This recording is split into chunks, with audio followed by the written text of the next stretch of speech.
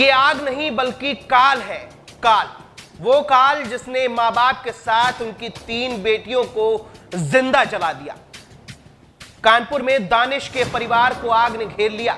आग इतनी विकराल थी जिसका अंदाजा आप इस बात से लगाइए कि आग में जिंदा जलने वाली मासूम बच्चियों की हड्डियां तक दिखेंगी। नमस्कार, आप देख रहे हैं द लीडर हिंदी और मैं हूं आपके साथ स्पर्श गुप्ता।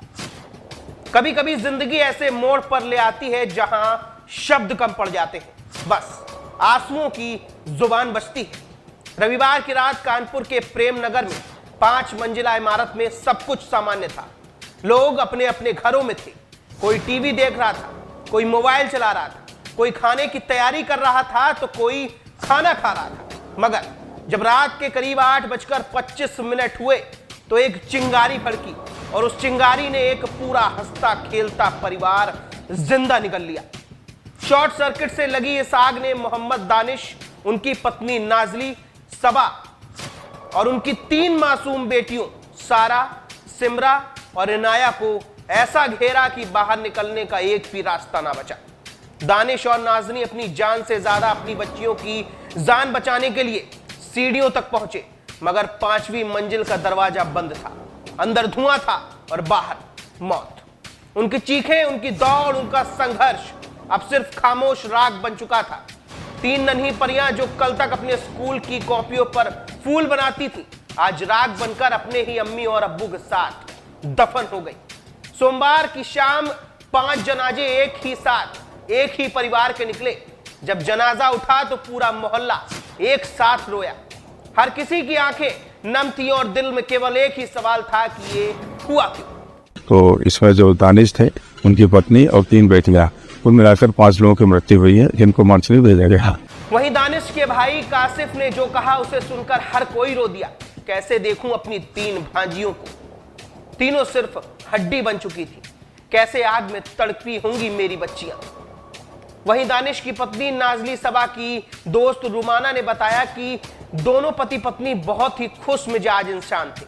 पिछले साल उनके साथ हज करने गए थे, तब दोस्ती हुई थी। दोनों पति पत्नी की तरह कम और दोस्तों की तरह ज्यादा रहते थे।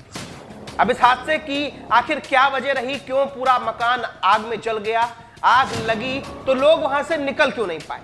दरअसल कानपुर के प्रेम नगर में दानिश की 5 मंजिला इमारत की ग्राउंड फ्लोर में जूते का कारखाना था। उनके ऊपर 2 मंजिल में गोदाम था। बाकी की मंजिल में दानिश और उनका भाई कासिम अपने परिवार के साथ रहते थे। हादसे के आधे घंटे पहले कासिम परिवार के साथ कहीं रिश्तेदारी में चले गए थे। रविवार की रात 8:25 पर जूते कारखाने में लगे बिजली मीटर की चिंगारी भड़की और देखते ही देखते आग ने भयानक रूप धारण कर लिया और हंसते खेलते परिवार का काल बन गई। शॉर्ट सर्किट हुआ, उसी से आग लग गई।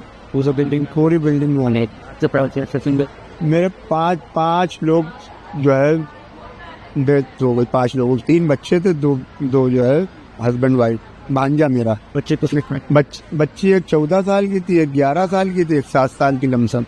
कितने बजे साढ़े लमसम बता रहे लोग जो है, तो जाजू में रहते हैं 9 बजे, 8:30 पौने 9 का बीच लोग बताए हैं। सोचिए, आग ने एक साथ कितने रिश्तों को जलाकर खाक कर दिया।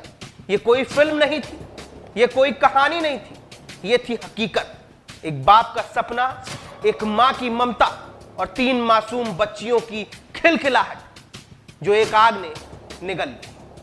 दोस्तों, अगर आप भी इस वीडियो को देख रहे हैं तो उन मासूमों के लिए दुआ करिए और कामना करिए कि किसी का घर इस तरह तबाह और बर्बाद ना हो और ना ही इस तरह राख हो। खबर पर आप क्या कुछ कहेंगे, हमें कमेंट बॉक्स में कमेंट करके जरूर बताएं। धन्यवाद।